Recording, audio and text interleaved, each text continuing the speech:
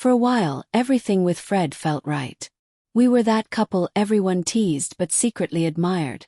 Always together, always laughing, always in sync.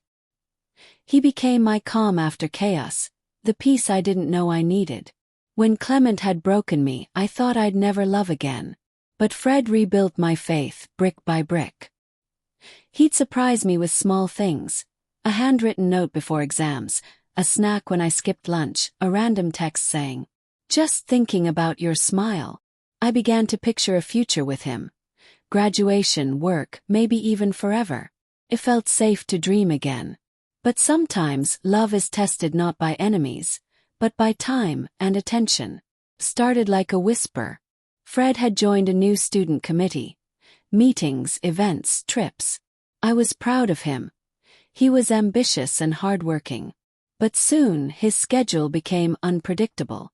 He'd text, "Sorry, can't make it tonight. Late meeting." Or, "We'll talk tomorrow, I'm exhausted." First, I understood. Then I noticed the pattern. The more I reached out, the more he pulled away. When we met, he'd be distracted. His phone buzzed constantly, and he'd smile faintly at texts he never showed me. It wasn't jealousy. It was intuition, that quiet ache that tells you love is shifting. One Friday evening, he cancelled our dinner plans again. "I have a project meeting," he said.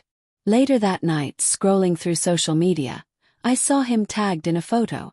There he was, smiling at a dinner table, next to a girl named Lydia. Her caption read, "Great evening with the best team ever, 2 hearts." The emojis stung more than the picture. I stared at my phone, heart pounding, mind racing. Was I overreacting? Was it just work? But deep down, that familiar ache, the one I'd buried since Clement, whispered, "Not again." The next day, I confronted him gently. "Fred, are we okay?" He looked genuinely confused. "Of course we are. Why?" "You've been distant," I said quietly. "You're always busy, and when you're free, you're not here." He sighed. "Natasha, I'm just tired. Everything doesn't have to mean something." His tone was calm but cold, like I'd touched a nerve. I nodded, forcing a smile, but inside something cracked. Over the next few weeks, I tried to be patient. But patience hurts when it's one-sided. Lydia became a name I couldn't escape.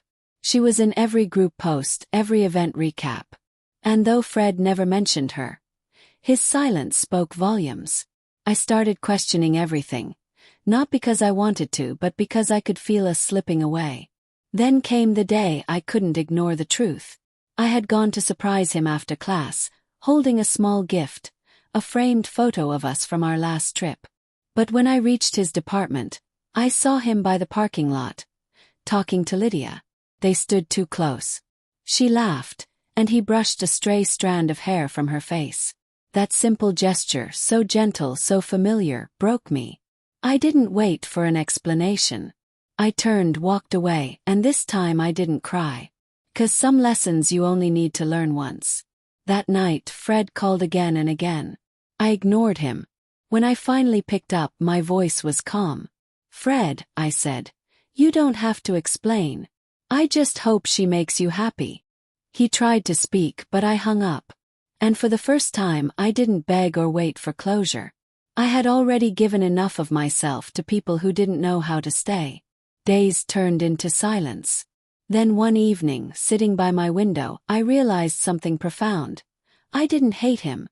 I didn't hate Clement either. They had both taught me what love wasn't. And that was its own kind of healing.